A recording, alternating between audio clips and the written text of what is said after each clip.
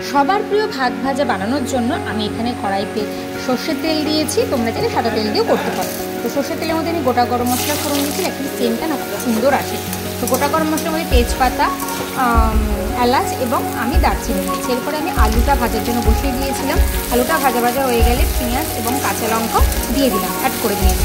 এবার এই তিনটে জিনিস ভালো করে একটু ভেজে নিই। যখনই একটু ভাজা হয়ে যাবে, লাল লাল হয়ে যাবে, তখন কিন্তু এর মধ্যে আমি অ্যাড করবো একটা ডিম। তোমরা চাইলে দুটো ডিমও অ্যাড করতে পারো, বাট আমি এখানে একটা ডিমই অ্যাড করেছি।